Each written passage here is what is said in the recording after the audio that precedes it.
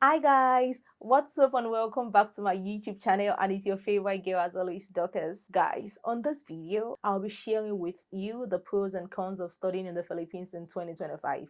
And this is coming from somebody who's helped a lot of students study in the Philippines, get their admission, the visa application process, accommodation. Sometimes the students stay in my apartment before I find them their own accommodation. So if you're considering studying in the Philippines in 2025, you definitely want to watch this video. So make sure you keep watching.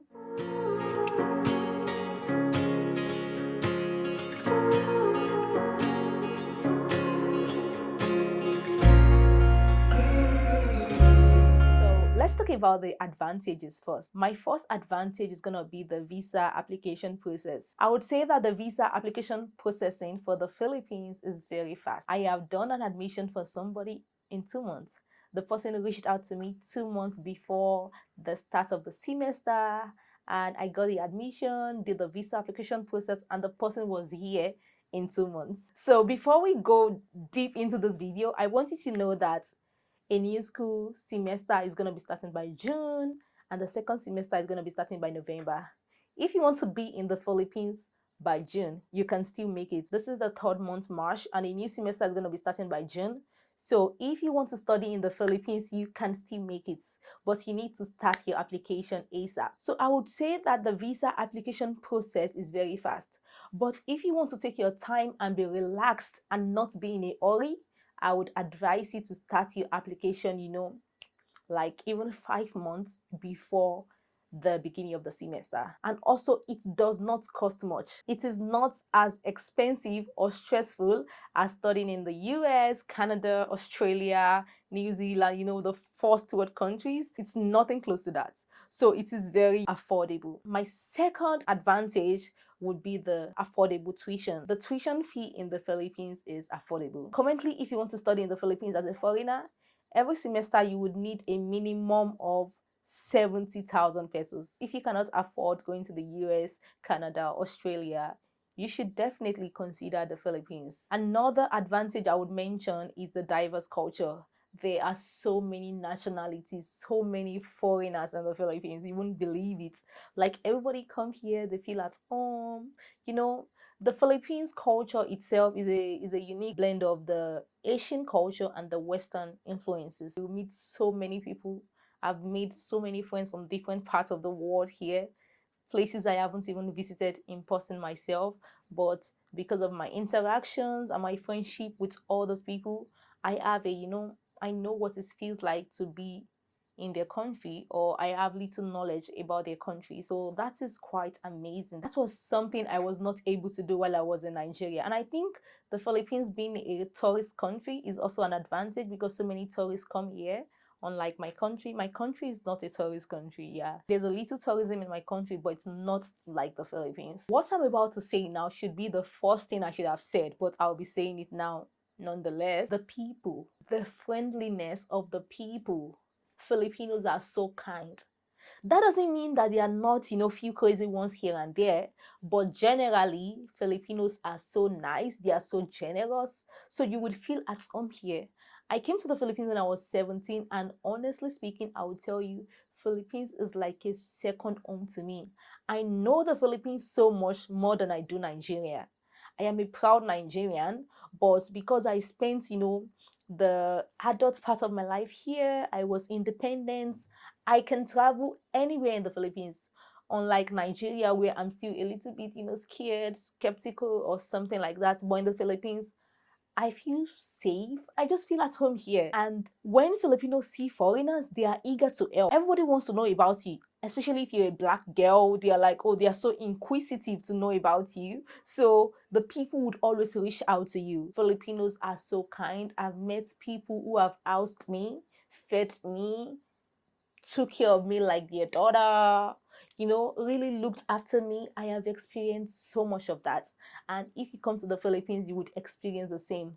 The people are laughing, they are smiling. I just feel like Filipinos are genuinely good people. So Philippines is a country where you can send your teenage daughter to go and study and you'll be at A's. That is fine there. Let's talk about the language proficiency. English is an official language in the Philippines. People speak English schools speak English, but there is also other languages. Filipinos speak other languages like Bisaya, Ilonggo, Tagalog. It depends on where you are residing in the Philippines.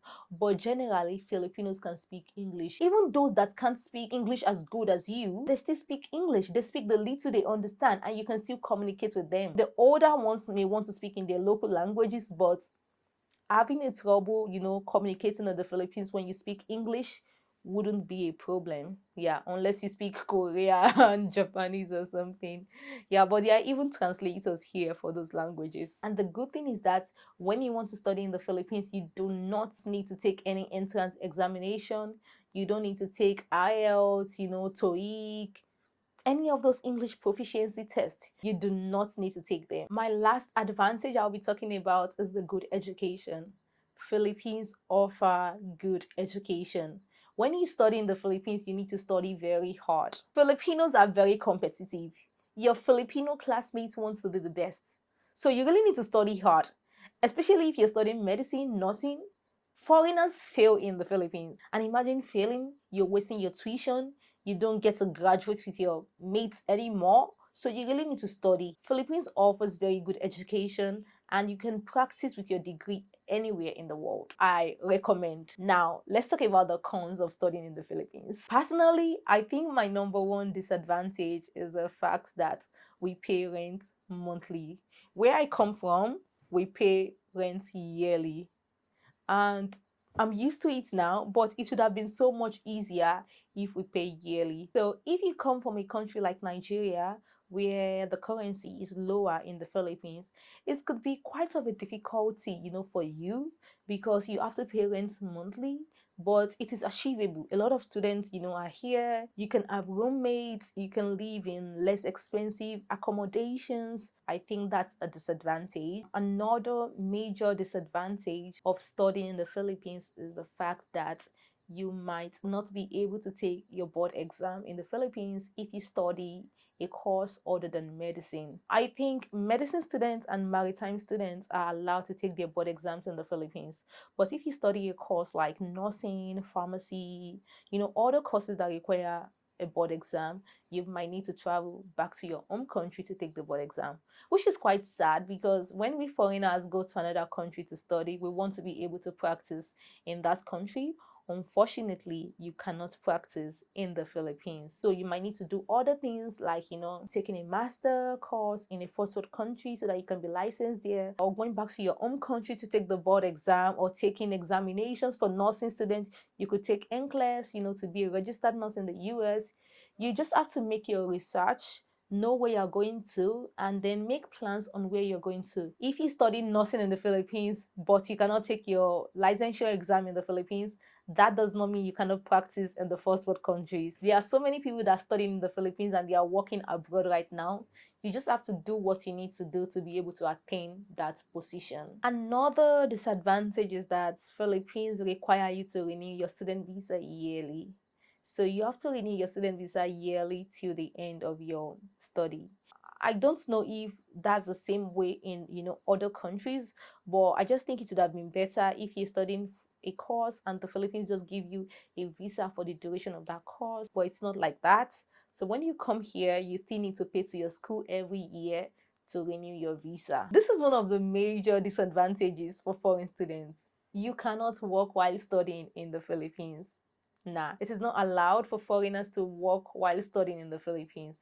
So if you're still studying, you have to make sure that you have your sponsors at home who are paying for everything for you, your tuition, everything you need to do. But that does not mean you can't have a side also. Yeah, there are so many people here who do makeup, who make braids, who do so many things, and they make extra money. And you can also work online. If you get a remote job that you can do that won't interfere with your studies, good for you. Foreigners can work in the Philippines. There are so many foreigners who have a job in the Philippines, but they have to finish their studies first. It won't be a professional job like what you study. Most foreigners work for companies as call center agents, and they have a good pay. So if you want to stay back in the Philippines, you might want to consider that. That is it on the pros and cons on the Philippines. But personally, if you ask me, I will tell you that the pros outweighs the cons. But I will let you make your own decision yourself. Anyways, if you want to study in the Philippines, I can be of help to you.